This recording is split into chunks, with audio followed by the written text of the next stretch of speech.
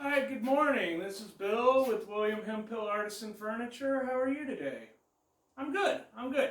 So this is my tiny shop project. I posted a video when I was getting started, and I'd say that most people would say I'm still just getting started.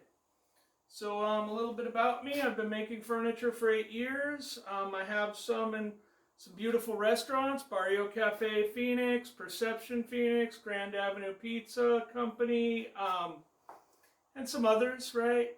I also have sold quite a bit of furniture. It's what I do full time. This is not a hobby. This is my life, however humble it may be. So I moved to Georgia and I'm experiencing an indoor workshop for the first time. I'm sure a lot of you are familiar with basements, and you guys are used to this. It was really new to me. Coming from Arizona, having an outdoor workshop, if you check out some of my older videos, you guys could see what I was up to. This is really a change, so I didn't know what to do. So we'll start with my right.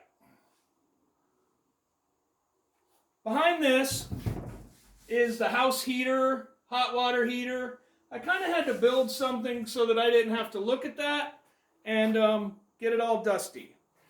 I put some canvas I had, a couple drop cloths. I like to buy drop cloths and use them as canvas material. The router is going to need a table. This is not the router table. This is actually my son Clayton's little steel table. He kind of likes it. Let's get the camera over to this side. I know I need to learn to edit. That's another skill I'm going to have to pick up. I'm going to have to pick that up just a little bit, but we're just going to rough through this and we'll see if I get better as I get better. So I built this, I built a table for my chop saw. You know, I put a little rounding on it. Spins, right? I built a dust collector. Did it a little different than most people. I believe this is 4.5 gallons. It's a Rubbermaid bin, 18 quart. You can get a 22 quart. I thought it gives me a lower profile option, and it holds just a little bit less than a 5-gallon bucket. I also know that people have problems with 5-gallon buckets collapsing in on themselves. I learned that from watching some videos. I am going to write down a list of the people whose videos I watched so I can give them shout outs. I would like to say I love this old Tony. I love the hot rod hippie. I love the guy who just kind of wings it in his garage. And you guys are all really influential and cool. I'm really new to this. It's not my medium, but I'm going to just give it a shot. I'm hoping to make this video about 5 minutes, like a little mini tour. I think of it like a placeholder in the workshop. So obviously this kind of table wood storage area, it's pretty terrible. I'm going to have to come up on a glue lamb, or maybe I'll get spoiled and get a nice piece of live edge wood for my work table. Kind of a placeholder, right? Some of this stuff is just placeholders. This is kind of like, hey, I can set stuff on this when I need a place to set my case down. Alright, cool. This is a little more fun. This room's really small. Look, you can see it's really small. So what I did is I need an edge planer, and you can pull it out, slide it by, right? And then if I need to use this little sander, I can pull it out, slide it by. You know that you can't touch the top plate. That's probably frustrating, right? You want to grab the top plate to move it, and you can't. I welded together this little rack to put some wood on. I had a little bit of wood, not a ton, left over from my old shop.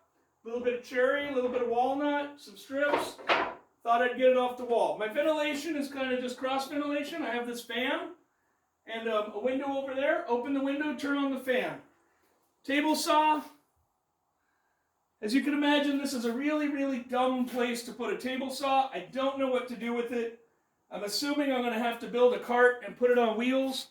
But I'm also assuming that I'm about out of time to be building a workshop. I've been at this for like 4 weeks now. I know this doesn't look like a lot. I have a metal shop on the other side and an office in the middle. So I've been working on kind of 3 projects before you judge me too harshly.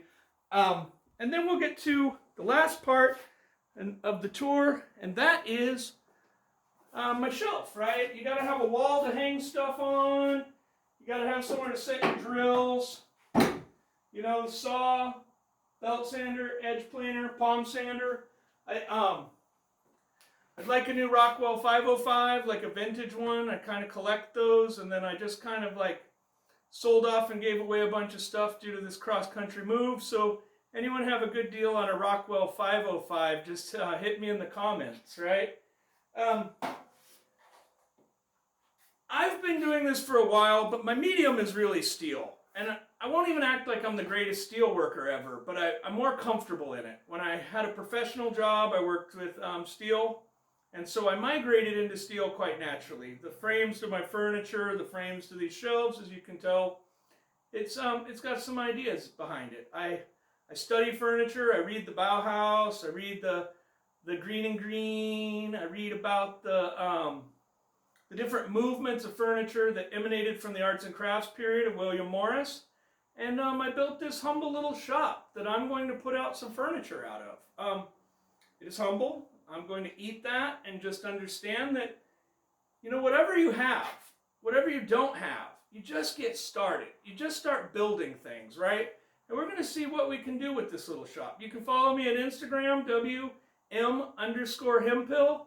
Facebook, Bill Hemphill, or WM Hemphill Artisan Furniture, and you can see what I've done and what I'm about to do. Maybe I won't do anything. Maybe this is all just me in my head saying I'm going to be awesome, and then I fail.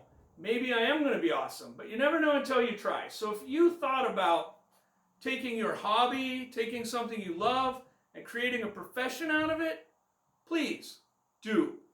Just jump off the bridge. If you got a small closet-sized space in your basement and people are like, how are you going to work with that table saw right there? You know what? I don't know how I'm going to work with that table saw right there. So maybe the table saw doesn't stay right there. Maybe I figure it out. Maybe I don't figure it out. That's what life's about. Life's about running into it and figuring out what you're going to do. All right. Hey, thank you, and I'll catch you later.